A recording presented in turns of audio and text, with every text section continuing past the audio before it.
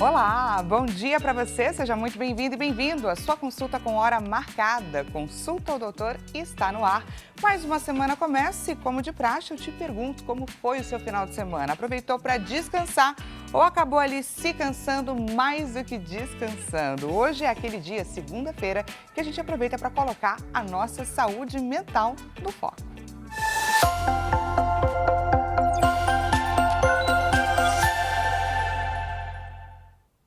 E hoje, dia 15 de junho, é o Dia Mundial de Conscientização da Violência contra a Pessoa Idosa. E a gente embarca nessa data, não só na data, mas também no Junho Violeta, para trazer aqui um bate-papo que vai promover reflexão e muita conversa a respeito dos mais diversos tipos de violência contra a pessoa idosa, que infelizmente ainda acontece dentro dos lares e de forma bastante silenciosa. Não estamos falando aqui só sobre aquela violência física, que muitas vezes é aparente. A gente fala aqui sobre negligência, sobre abandono e sim violência financeira. Lembrou de alguém a quem essa consulta é importante e relevante? Nós estamos em transmissão ao vivo e você consegue compartilhar o nosso link de transmissão tanto através do site, que é www.hittv.com.br, quanto pelo nosso aplicativo Hit Play. Lembrando que você também consegue baixar esse aplicativo e ter a Hit TV na palma da sua mão para você assistir aí no seu tempo e do seu jeito. Te convido também a você participar aqui dessa consulta que foi marcada com todo carinho para você. Compartilha com a gente a sua dúvida ou o seu relato, DDD 11 3337 5886. Lembrando que este é sim um espaço seguro, então você consegue participar não necessariamente se expondo. Basta você deixar isso bem claro para a nossa produção que a gente vai trazer a sua participação de forma anônima. Esse é o nosso combinado aqui de todos os dias.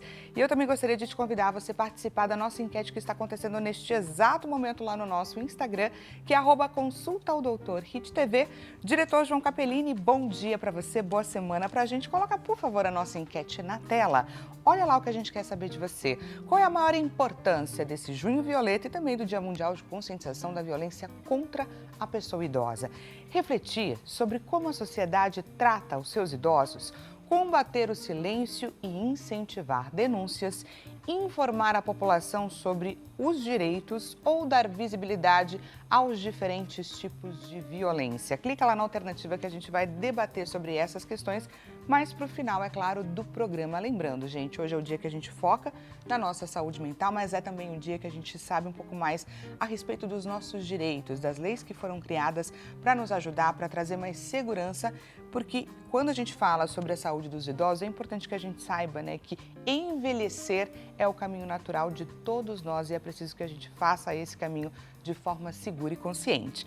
Deixa eu aproveitar para te apresentar quem são os doutores que já estão aqui com a gente, prontos para compartilhar todo o conhecimento deles. Na tela. Começo te apresentando o doutor Ilmar Muniz, advogado e também professor de Direito.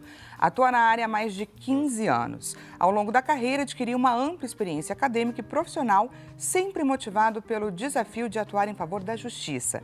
Destaca como um dos grandes desafios da profissão a demora nas respostas judiciais que impactam diretamente na sociedade. E agora te apresento a doutora Adriana Cassetari, que é psicóloga clínica. Atua na área há 15 anos com foco na reconstrução da autoestima na terceira idade e também na terapia de casal.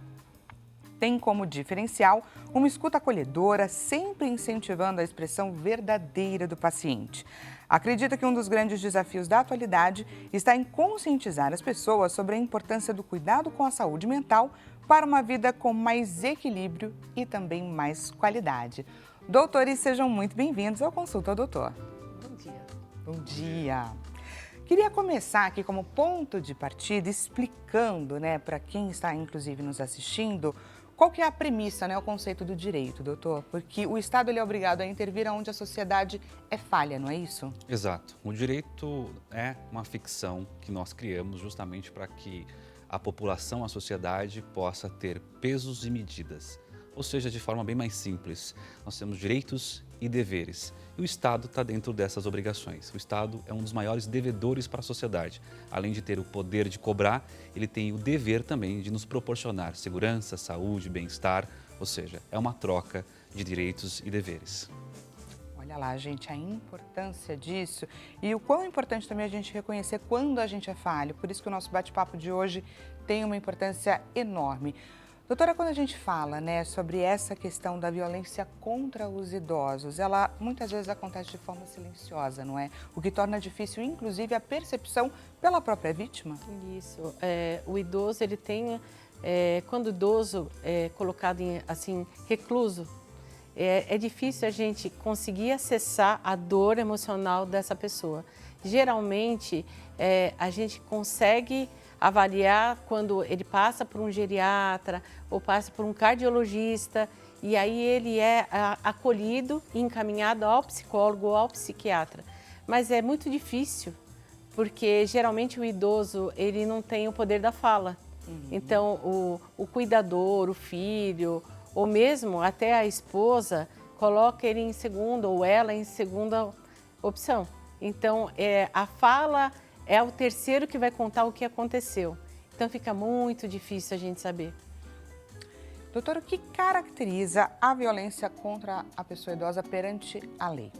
Nós temos um Estatuto do Idoso, que prevê diversas situações. Além dela, todo o direito penal também prevê situações que, como pessoa, não só como idoso, também são caracterizados. Então, a lesão física, a lesão psicológica, a lesão financeira, o abandono, os maus tratos, são situações que se encaixam em crimes e lesões contra o idoso. Como nós já havíamos dito aqui, dentro dessa separação, é claro que algumas são mais fáceis de você identificar, né? A lesão física, às vezes a agressão verbal, o xingamento. E outras lesões, como a lesão financeira, são lesões silenciosas, muito mais difíceis de que você possa, de fato, identificar o que está acontecendo, porque são patrimoniais. Então, tudo isso está previsto no Código Penal, está previsto no Estatuto do Idoso e tem responsabilidade criminal que pode chegar no Estatuto do Idoso, por exemplo, até 5 anos de prisão, dependendo da agressão que tenha acontecido. Quando a gente fala sobre esses vários tipos de violência, eu queria que você compartilhasse, inclusive, um pouco desse bastidor, né, do seu escritório. Quais são os casos que você mais tem visto ou que tem crescido cada vez mais desses tipos de violência? O caso que a gente mais acompanha, Dani, no nosso escritório, tanto que a gente faz colocações levando para o Ministério Público, são crimes patrimoniais. E o mais difícil de se identificar, inclusive. Porque, como eu havia dito, no caso da lesão física, você consegue identificar uma lesão, consegue identificar um roxo, um machucado, um beliscão. Já no caso da lesão patrimonial, que é silenciosa, é muito difícil de quem está de fora entender que aquilo de fato é uma agressão, que aquilo de fato é um crime que está acontecendo. Às vezes, até o próprio idoso que está diante da questão do cenário criminal, que está sendo lesado, não está se identificando. E eu vou dar um exemplo muito claro aqui para que as pessoas possam entender. O idoso acaba deixando o cartão com o familiar. Então, a sua aposentadoria, todo o seu patrimônio fica sob a administração de alguém. E essa pessoa começa a dilapidar esse patrimônio. Aí já estamos diante de uma violência. Então, hoje, o que a gente mais recebe de denúncias são justamente esses, crimes patrimoniais contra o idoso. Perfeito. E agora, então, a gente vai entender com a doutora Adriana de que forma que isso se estabelece, né, entre a vítima e o agressor. Por exemplo, qual seria o perfil da vítima? Imagino que isso aconteça num ciclo. Quais são os sinais mais importantes para que quem esteja ao lado consiga ajudar a identificar? Então, geralmente, o idoso, quando ele é acolhido na casa de familiares, ele também se coloca, ele se vê num lugar onde ele precisa ser cuidado e estando nessa situação, ele normalmente ele Está vulnerável. Ele está vulnerável, então ele está cuidando. Então, o que eu vou fazer? É o jeito dela, às vezes o cuidador ou o familiar, não, sempre foi nervosa, mas ele está fazendo um favor para mim.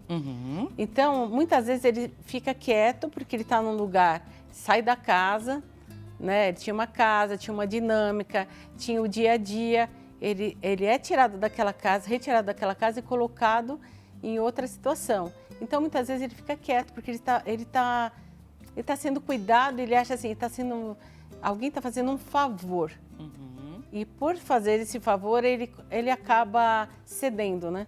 Então, aí ocorre a violência física, como ele diz, às vezes beliscões bem sutis, mas a pessoa fica com medo e cada vez vai ficando mais, vai ficando acuado. E o que acontece? A pessoa de tanto medo, ela começa a ficar calada. Então, geralmente, quando você vai visitar o idoso, ele está muito quietinho, ele tem medo até de falar o que está acontecendo, de ser abandonado outra vez. A chantagem emocional, ela acontece de que forma? Acho que você vai desvalidando, né?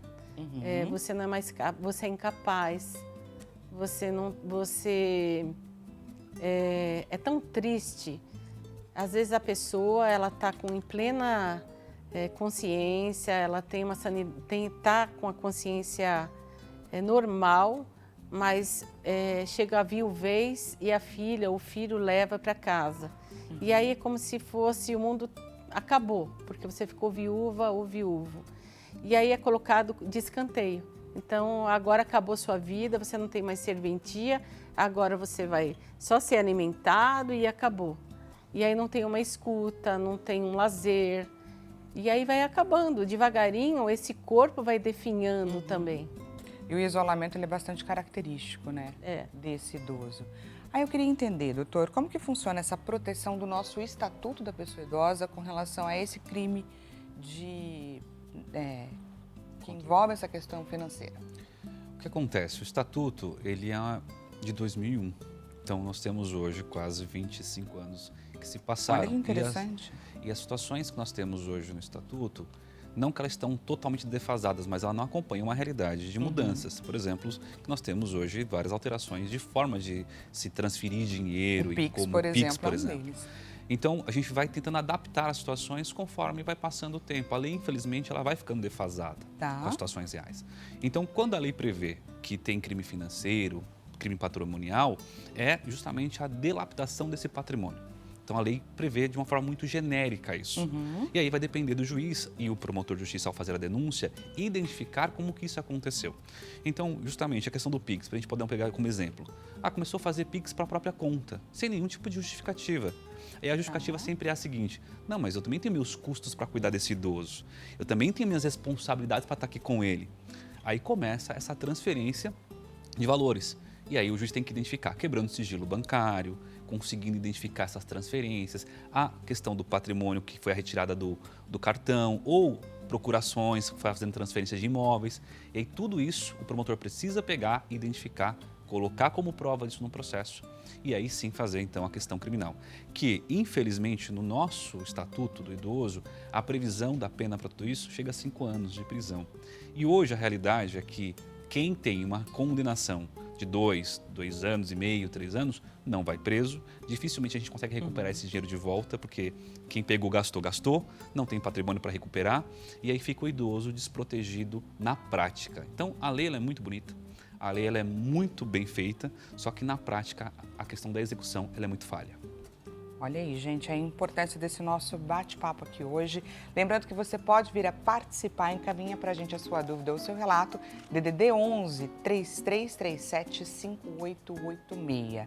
E aí, trazendo também um pouco desse bastidor ali do seu escritório, doutor, eu imagino que quando as denúncias elas chegam, elas são feitas, geralmente é por outros parentes, certo? De que forma que isso se estabelece e como que a gente consegue, inclusive, fortalecer quem está nos assistindo a como agir quando eu estiver diante de uma suspeita como essa? É muito importante as pessoas entenderem. Chega uma situação, Dani, as pessoas falam assim, em briga de marido e mulher não se mete a colher. Ok, mas se mete a lei.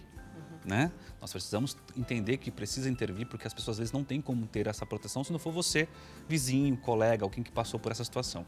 E do idoso a mesma coisa. Como a doutora falou brilhantemente, quando ocorre esse afastamento da sociedade, esse isolamento, dificilmente o idoso vai fazer uma reclamação. Dificilmente o idoso tem condições psicológicas para fazer uma denúncia. Quem vai fazer isso são terceiros. E aí que a gente chega lá, por meio de clínicas, por meio de médicos, por meio de vizinhos em especial, porque o vizinho escuta os gritos, às vezes o vizinho consegue ver uma reclusão maior, começa a ver, definhando a pessoa, começa a ver ela mais magra, mal cuidada, às vezes maltrapilha, mal cheirosa, porque não está dando mais banho. Então começa essa situação a acontecer e o vizinho faz a denúncia. A denúncia é muito simples, você pode ligar no próprio 190. É dever da polícia militar ir até o local e se ela identificar alguma coisa estranha, leva para a autoridade policial que vai. E nós temos delegacias especializadas do idoso, para que o delegado possa identificar o caso. Se caso você não quer chamar a polícia, faça a denúncia no 181, no 100, diz que denúncia, para que a pessoa possa ir até o local e ver. Se não tiver nada de errado, Chegando no local não tem nada de errado? Ótimo, mas você fez seu papel de cidadão e tentou intervir de alguma forma. Perfeito. Deixa eu aproveitar para te receber aqui no nosso bate-papo. Vamos para a primeira interação com a nossa audiência. Quem envia para a gente uma mensagem de forma anônima, seja muito bem-vindo ou bem-vindo. Muito obrigada, antes de mais nada, pela sua participação. Desde que perdi minha esposa, sinto uma tristeza constante, falta de interesse pelas atividades do dia a dia. Quando é hora de procurar ajuda? E aí, doutora? Ele já está dando um sinal que ele não está com vontade de fazer. Eu acho que o cuidador, ou mesmo a gente precisa ter uma rede de apoio, né? Quando o luto traz um vazio. Então, começar a ler de novo, a procurar, a ter um hobby, né? A interagir no social, em clubes. Existe hoje associações para idosos, né? Eu acho que quando a gente se sente triste, sozinho, a gente procurar ter essa dinâmica e pedir para um familiar, me leve em tal lugar, ou você conhece algum lugar que eu possa interagir. Então, existem tantas coisas hoje, até no meio de online, né? Existem grupos para idosos também online, existe faculdade online, fazer um curso novo. A idade não justifica você parar a vida. Então, uma viuvez, né, aposentadoria. Então, eu acho que a gente pode recomeçar, não importa que idade você esteja. Acho que recomeçar é um caminho, né, tem que ser isso constante, é uma qualidade de vida. E acho que é importante também entender que o luto tem suas fases, não é, doutora? Tem, e respeitar também, né, o vazio, né? Então, a gente vê pessoas que ficam 50, 60 anos num casamento duradouro. E aí, como que é recomeçar a vida? Acho que a gente tem que ter paciência, né? É tudo, eu costumo dizer em terapia que a gente precisa prestar atenção em todos os detalhes. Eu acho que o começar a reviver, né? Colocar situações bacanas dentro do dia a dia, prestar atenção, o que eu gosto, o que eu não gosto. Também, eu acho que a terceira idade é um lugar onde a gente pode reavaliar muitas coisas, né? Então, você está em casa, ok, mas o que eu posso fazer dentro de casa? Né? Conversar o que te faz também. feliz, o que ressignifica seu dia. Isso, e conversar também. Talvez o idoso está dentro de uma casa e ele está se sentindo desvalorizado porque ele está esquecido. Mas também tem uma parte que o idoso pode fazer essa dinâmica. A gente fala muito do idoso que tem a demência, tem o Alzheimer, mas a gente precisa falar também daquele idoso que ele está dentro da casa do filho ou da filha, mas tem também aquela dinâmica que ele pode pedir. Olha, não está legal desse jeito, mas e se a gente mudar? Né? Eu acho que a interação, por isso que eu gosto muito de os meios de comunicação, de mostrar também que ele tem poder de fala, tem poder também de voltar a estudar, um trabalho online. Eu acho que a qualidade de vida em colocar nesse idoso. É aquela pergunta, né, doutora? Quando foi a última vez que você se propôs a fazer algo pela primeira vez? De repente, essa frase aí já pode te estimular, não é verdade? Muito obrigada, viu, pela sua participação. Enriqueceu bastante aqui o nosso bate-papo. E seguimos aqui, então, queria falar um pouco sobre a negligência e o abandono. De que forma, né? Quais são os cuidados básicos a que os idosos têm direitos? O Estado é o primeiro que tem obrigação com o idoso em relação à saúde. Então, nós precisamos ter médicos, exames e situações que possam fornecer ao idoso essa possibilidade. Quando o Estado não o fornece, já acontece uma negligência, inclusive tem responsabilização, incluindo que o Ministério Público ingressa com ações civis públicas contra prefeito, contra municípios, que não têm essa situação de saúde básica para o idoso. Então, nós temos já esse primeiro ponto muito importante. Depois, a própria família tem obrigações. Assim que a pessoa passa a não ter mais condições de gerir sozinha a sua vida, então, tomar banho sozinha, comer sozinha, por causa de uma doença ou por causa de uma questão psicológica, um familiar passa a ser responsável. E esse familiar pode cobrar dos outros familiares, inclusive, pensão, para que todos ajudem e auxiliem em pagar o custo daquele idoso. Mas não pode deixar o idoso passar por qualquer tipo de situação degladiante. Então, a questão da limpeza, a higienização como um todo, a questão do cuidado com comida, dos remédios são muito importantes, das consultas que esse idoso deve fazer, tudo isso se encaixa na negligência. Não o feito nós temos aí responsabilidades de negligência de quem é o tutor ou os responsáveis de alguma forma. E o abandono, é muito interessante isso, Dani, porque o abandono, ele vem de várias formas. O abandono, a gente acha que só realmente colocou o idoso, jogou o idoso num local, e não é dessa forma só que acontece. Acontece muito comum em clínicas para idosos, nessas casas de repouso, sim, filhos, parentes jogam lá e nunca mais a visitar. E existe, inclusive, uma necessidade de que os familiares vão de tempos em tempos, que isso não pode ser negligenciado Não também. pode, não pode. Mas costuma ser muito. Acontece muito, infelizmente. O que acontece é deixar lá, agora a responsabilidade da clínica, a responsabilidade é pagar, eu pago justamente com o valor que ele ganha de pensão e tá tudo certo. Não, não é. Você tem que ir lá, você tem que ver, você tem que ter ciência acontecendo, tem que ter a visita, senão você vai ter responsabilidades. O Ministério Público fiscaliza isso, inclusive, nas clínicas, para saber se os parentes não estão indo. Mas o outro abandono, que esse é o mais difícil, acredito que a doutora também consiga dar esse apoio, mas é dentro da própria casa. É o abandono silencioso. É o idoso andando pela casa e ninguém fala com ele. É o idoso que se torna inútil para a família. É o que o padre Fábio de Mello fala muito, que é aquela que coloca no sol e tira do sol. É o abandono de não fazer mais nada por ele e achar que ele é inútil naquele local. Então esse abandono também tem previsão, e se o idoso ou qualquer pessoa perceber, pode levar até o Ministério Público identificando, terão responsabilidades também por esse tipo de abandono, que é esse psicológico dentro do próprio lar. Vamos falar um pouquinho sobre isso, doutor? O que justifica esse idoso ser colocado de escanteio, ser colocado de lado dentro da própria casa, dentro da própria família?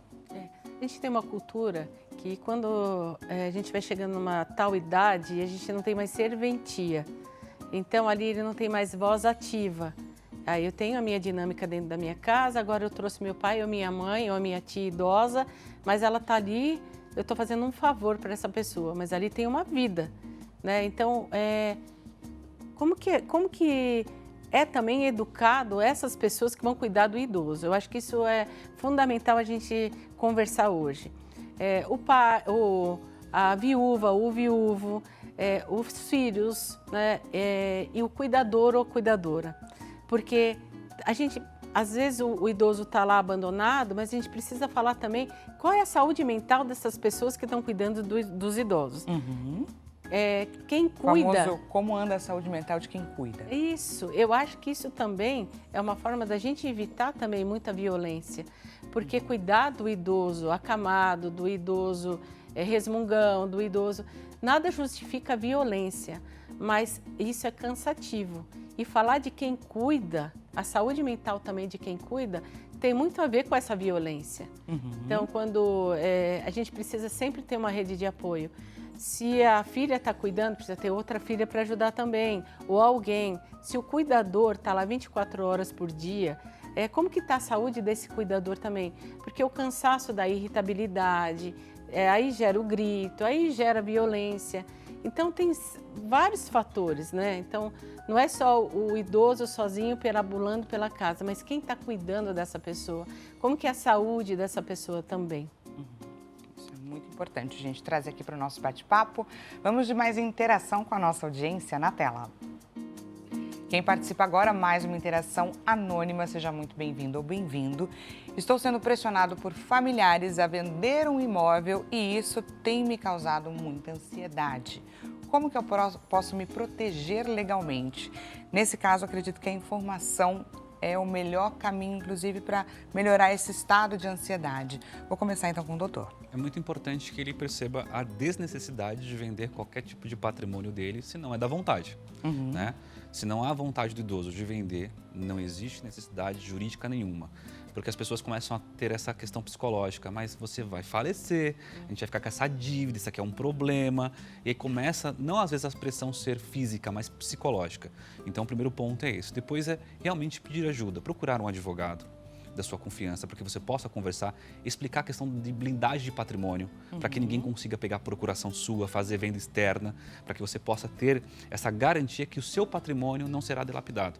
Porque às vezes a gente não faz diretamente, mas acaba passando uma procuração para administrar e não lê essa procuração de forma correta, ela acaba dando direitos de venda de patrimônio e você acaba vendendo de alguma forma indireta e depois não tem como reclamar muitas vezes. Então é importante, faça tudo isso muito ligado a um advogado, muito ligado ao promotor de justiça do caso, que você possa ir até o fórum ver isso. As OABs têm esse departamento que ajuda o idoso. Então, sempre que sentir qualquer dúvida, qualquer receio, procure um profissional para poder te auxiliar. Eu acho que existe muito esse questionamento, essa vulnerabilidade do idoso, principalmente porque muitas vezes quem vem a fazer essa pressão é um familiar. O familiar, obviamente, tem uma relação de confiança já pré-estabelecida e é muito difícil você ter acesso a um advogado sem o questionamento de será que ele irá me induzir a fazer algo que pode não vir a ser benéfico para mim? Então, como que se calçar, como a gente pode entregar mais segurança nesse sentido? Indo na OAB é muito importante. A própria Muito bom OAB saber desse vai caminho. dar esse suporte. Nós temos justamente um grupo de estudos sobre casos que possam ajudar o idoso. Então, tem um estabelecimento disso na própria OAB. Se caso não sentir confiança, pode ir até o Ministério Público. O promotor de justiça vai chamar as pessoas envolvidas para poder entender e fazer como se fosse um ato para que possa todo mundo colocar aquilo administrativamente num papel, para que não possa ser feito mais nada. E os próprios cartórios de registro de imóveis. Então, se for uma venda, vai até o tabelião e explica para o tabelião, não estou sentindo vontade. O tabelião tem por obrigação legal não realizar a venda. Porque justamente não tem o interesse, que é um dos princípios do direito civil, que é o interesse de vender. Se você não tem, existe uma pressão, você tem que ser tirado. E pode ter um crime muito mais grave aí, a extorsão envolvida. Nesse caso, nós podemos ter a questão dessa pressão psicológica, que são crimes importantes nesse caso. Eu queria o seu olhar com relação a essa pressão que, inclusive, ele trouxe, ou ela trouxe aqui na mensagem que nos enviou, doutora. É ruim, porque você desvalida, o direito, o querer do outro.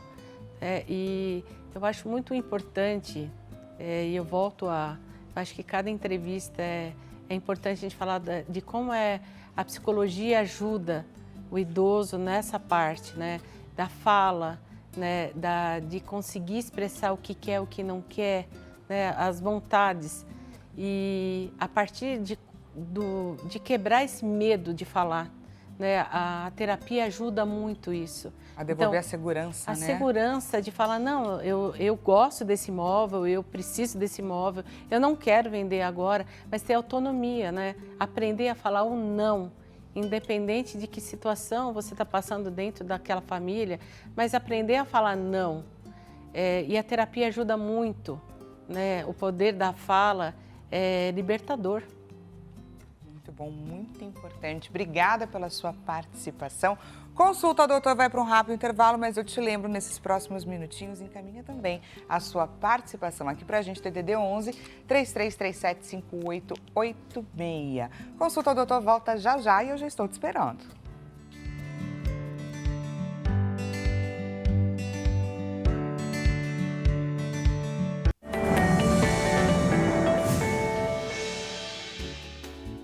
Consulta Doutora está de volta, seja mais uma vez bem-vinda e bem-vindo. Hoje é segunda-feira, caso você tenha acabado de chegar, é o dia que a gente deixa reservadinho para colocar a nossa saúde mental no foco. E nesse 15 de junho, a gente embarca no Dia Mundial de Conscientização e Combate à Violência contra a Pessoa Idosa.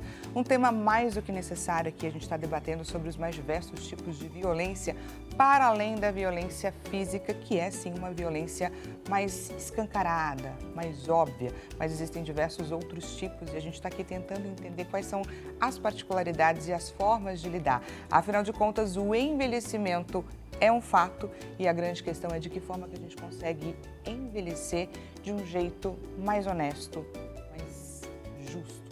Verdade? Se você lembrou de alguém a quem essa nossa consulta é importante e relevante, nós estamos em transmissão ao vivo e você consegue participar tanto pelo site, você consegue encaminhar o nosso link de transmissão, tanto pelo site quanto pelo aplicativo. Site www.hittv.com.br, aplicativo HitPlay. Te convida, é claro, a você participar aqui da nossa consulta. Encaminha pra gente a sua dúvida ou seu relato, DDD 11 3337 5886. Lembrando, caso você não queira se expor, é perfeitamente possível, basta deixar sinalizado, escrever isso na sua mensagem, que a nossa produção vai tomar todo o cuidado, mas não deixaremos de trazer à tona o seu relato. Combinado? Também te convido, é claro, a você participar da nossa enquete. Entra lá no nosso Instagram, @consulta ao Doutor HitTV, diretor João Capellini. Coloca pra gente, por favor, a nossa enquete na tela. Estamos em nossos minutos finais, portanto, não perca a oportunidade de participar. Sua votação é muito importante pra gente. Qual é a maior importância do Junho Violeta e também do Dia Mundial de Conscientização da Violência contra a Pessoa Idosa? Refletir sobre como a sociedade trata os seus idosos, combater o silêncio, incentivar denúncias, informar a população sobre os direitos, ou dar visibilidade aos diferentes tipos de violência. Para você que chegou agora neste exato momento, deixa eu te apresentar quem são os doutores que estão aqui com a gente, compartilhando todo o conhecimento deles e também tirando aqui as nossas dúvidas. Te apresento primeiro a doutora Adriana Cassetari, que é psicóloga clínica. Muito obrigada pela sua presença, doutora. Agradeço. E estamos também com Ilmar Muniz, que é advogado e também professor de Direito. Muito obrigada, doutor. Seguindo aqui o nosso bate-papo, acho que a gente poderia entrar agora um pouco nessa questão da violência física, porque apesar de muito se falar, de muito se questionar, de muito se denunciar, as violências continuam acontecendo, inclusive essas, não é, doutor? Eu queria que você trouxesse um pouco para a gente essa questão. Sim, Dani, de forma grave. A gente tem tido uma situação de uma evolução criminal da gravidade das lesões cada vez piores. Isso está me admirando bastante, inclusive. Porque ela começa sempre com os xingamentos, com as lesões psicológicas. É sempre um xingamento, aí começa depois com um empurrãozinho aqui, um empurrãozinho ali, que eles falam, aí começam os beliscões, e aí depois parte de fato para as agressões graves e chegando a lesionar ao ponto do idoso vir a falecer. Nós temos centenas de casos, até porque quando o idoso depende da ajuda exclusiva de um cuidador para tomar banho, para se alimentar, essas agressões físicas, às vezes elas começam a ser imperceptíveis. Por quê? Porque é no céu da boca, é na hora que vai colocar a colher, enfia com força, então machuca o céu da boca. O idoso não consegue falar. Às vezes são nas partes íntimas na hora de dar banho. Então esse tipo de situação, a gente infelizmente tem tido um crescimento exacerbado. E aí a gente começa a se perguntar de fato do porquê isso está acontecendo.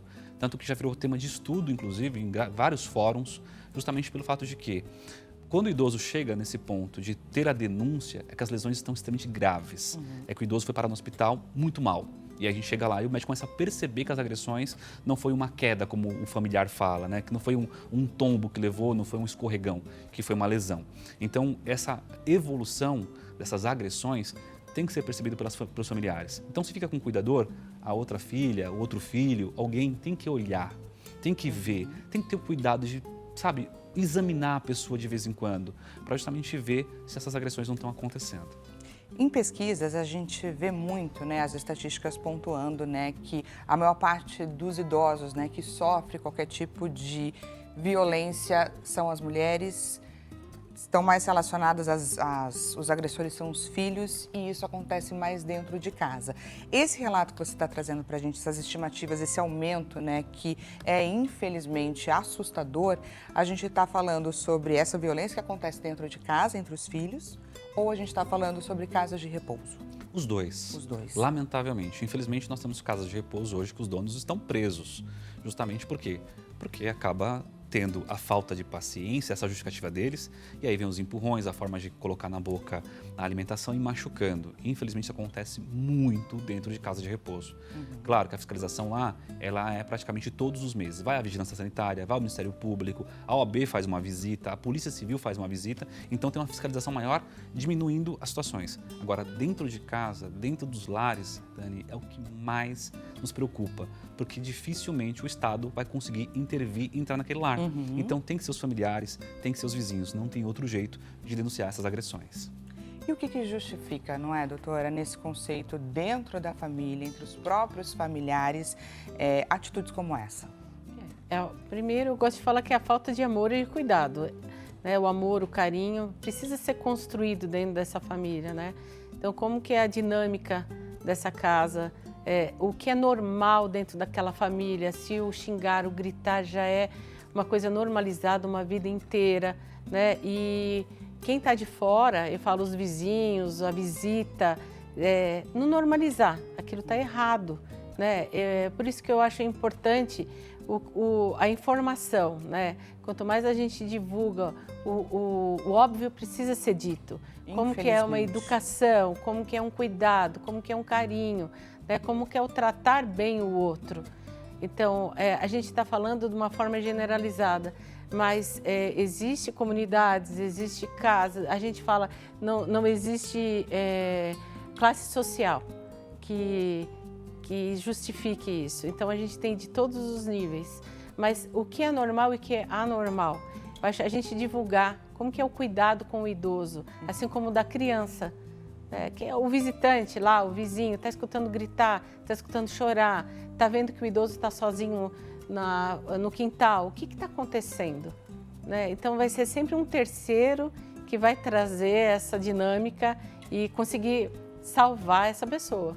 Eu acho que a gente tem muito essa questão, né, de não querer se meter, mas é extremamente necessário e importante que isso aconteça. Eu acho que é fundamental. A gente fala briga de casal, ninguém mete colher, mas eu acho que a gente está lidando com pessoas. Então, o que eu não quero para mim, eu não quero para o outro. Então, o falar, né? Tá normal, não tá normal? Por que tua mãe tá lá fora sozinha? Por que teu pai tá lá fora sozinho? Às vezes está frio e o idoso lá fora. No começo da minha profissão, eu trabalhei em asilo.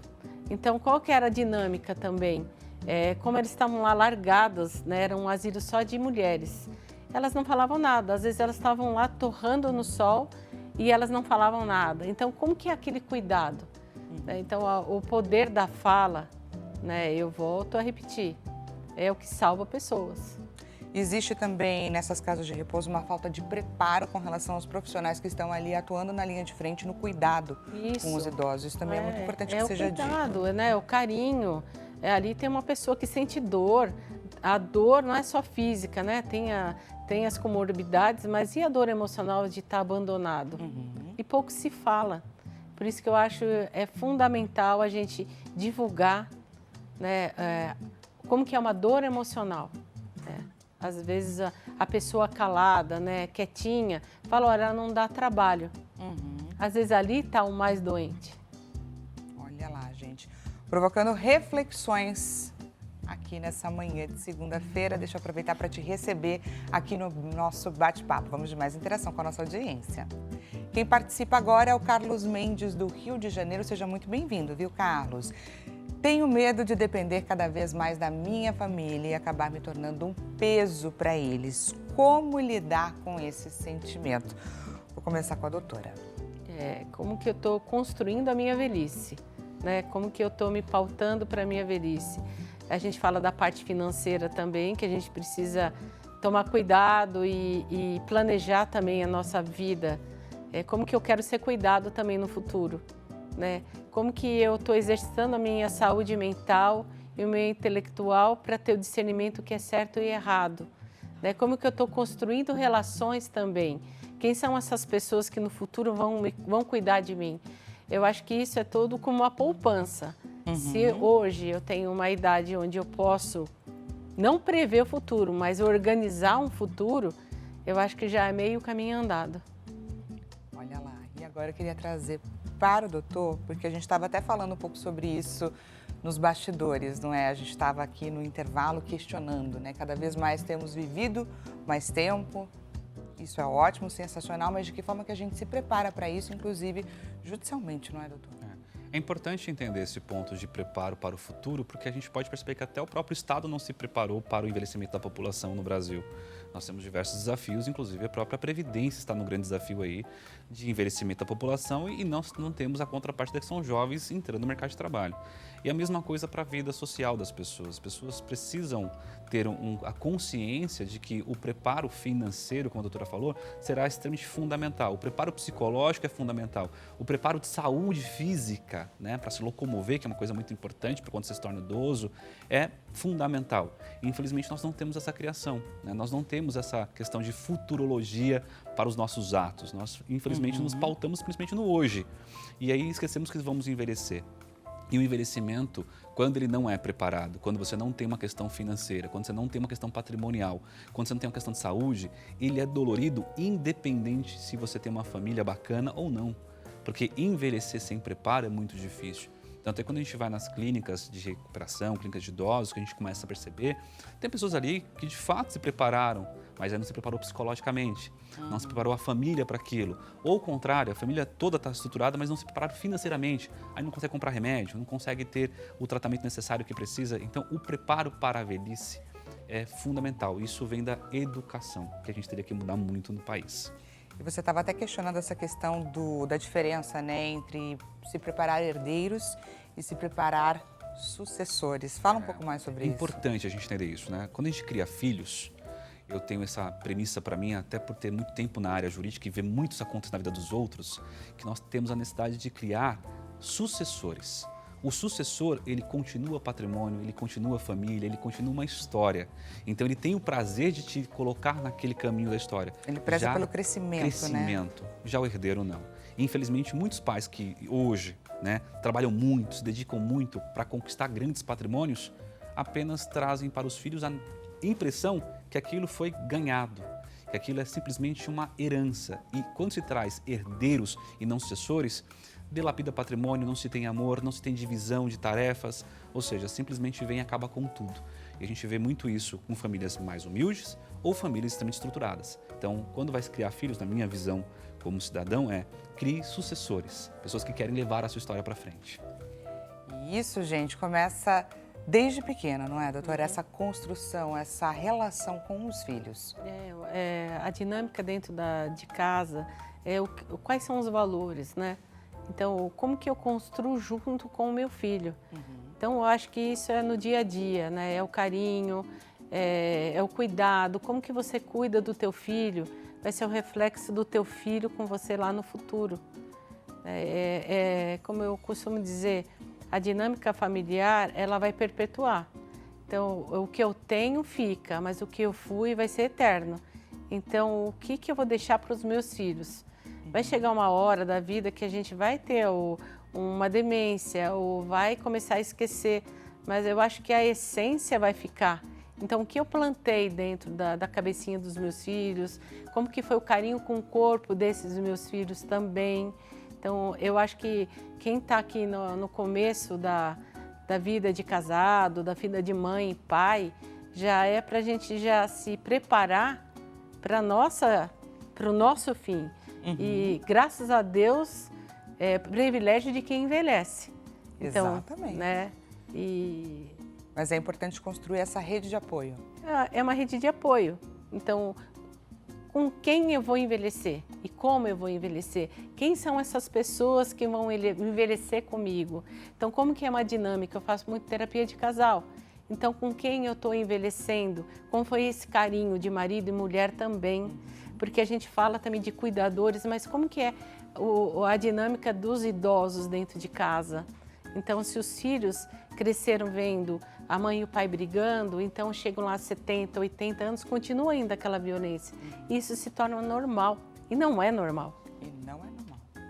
Vamos juntos conferir o resultado da nossa enquete? Resultado na tela. Então, a gente perguntou qual é a maior importância do Junho Violeta e do Dia Mundial de Conscientização da Violência contra a Pessoa Idosa. A alternativa mais votada, combater o silêncio e incentivar denúncias. Na sequência, 23%, dar visibilidade aos diferentes tipos de violência. Na sequência, refletir sobre como a sociedade trata os seus idosos e, por último, informar a população sobre os direitos. Doutor, o que você achou do resultado aqui da nossa enquete? Qual que é o seu apontamento? Maravilhoso. As pessoas entenderam que a informação salva vidas. E é de fato isso. Hoje o que nós estamos fazendo aqui, que as pessoas possam compartilhar e divulgar essa informação, ajuda alguém que não tem esse conhecimento a salvar uma vida de um idoso, por exemplo, e tirar ele de uma situação de vulnerabilidade e agressão que ele pode estar vivendo. Então, de fato, combater esse silêncio, incentivar as pessoas a se educarem, a terem informação, é o melhor caminho. E você, doutora? A informação é a prevenção. Então, quanto mais a gente divulgar qual é o saudável, né, qual é a qualidade de vida, não envelhecer, eu acho que vai se tornando, né, a gente vai normalizando o envelhecer. O envelhecer precisa ser saudável. Eu acho que, além de tudo, também é estimular essa denúncia, fortalecer esse idoso e as pessoas que estão ao entorno, porque só através disso é que a gente consegue, de fato, interceptar, coibir e evitar que esse idoso continue sendo, né, violentado de alguma forma. É informação, né? E falar do que dói. Exatamente. Né? Acho que isso é fundamental, perguntar para o idoso, não só a dor física, né, mas o que dói. Né? Muito bacana, muito importante. Temos tempo, gente, para mais uma perguntinha aqui da nossa audiência, então perguntinha na tela. Luciana Martins é quem participa agora diretamente de Natal. Bom dia para você, Luciana. Como a família pode diferenciar cuidado de excesso de controle sobre a vida do idoso? Vou começar pelo doutor. É importante ver que é uma linha tênue. Até a família, o idoso, dificilmente identifica isso com uma situação de facilidade. O mais importante é quando começa realmente a prejudicar. Começou a prejudicar esse cuidado de não deixar sair, de não deixar o idoso ter contato com outras pessoas, achando-se que é cuidado, a gente está em excesso. Esse excesso às vezes não é crime, no entanto, há um abalo psicológico e precisa dessa família ter um preparo com alguém profissional da área psicológica para poder ajudá-los. Passou desse limite, já começou a realmente ter um cárcere, não sai, não vai ver sol, não vai ver ninguém, aí nós estamos diante do direito penal. E aí sim tem crime. Então essa linha é sempre o quanto prejudica o idoso em si. Começou a prejudicar, já tem dano. E essa dinâmica faz também com que o idoso ele perca o senso comum, né? O certo e o errado. Quando eu fico recluso num lugar, a gente vê muito quando tira o idoso da dinâmica e coloca ele dentro do apartamento, assistindo uma televisão 24 horas por dia. Ele já não tem mais poder para nada. Então existe esse lugar onde não está em um cárcere privado, mas ele está recluso do mundo. Então é muito prejudicial. Aí começa a entrar a demência, o isolamento e a depressão.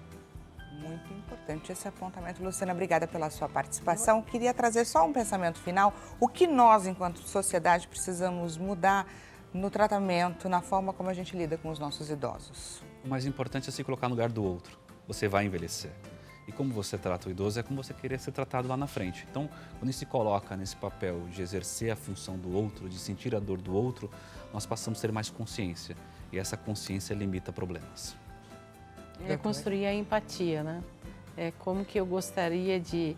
Quando eu vejo um idoso, assim, eu me vejo ali. Como que eu gostaria de ser tratado e como eu gosto de tratar o outro. Então, eu acho que tudo é um conjunto. A gente tem que aprender ainda muita coisa sobre o outro.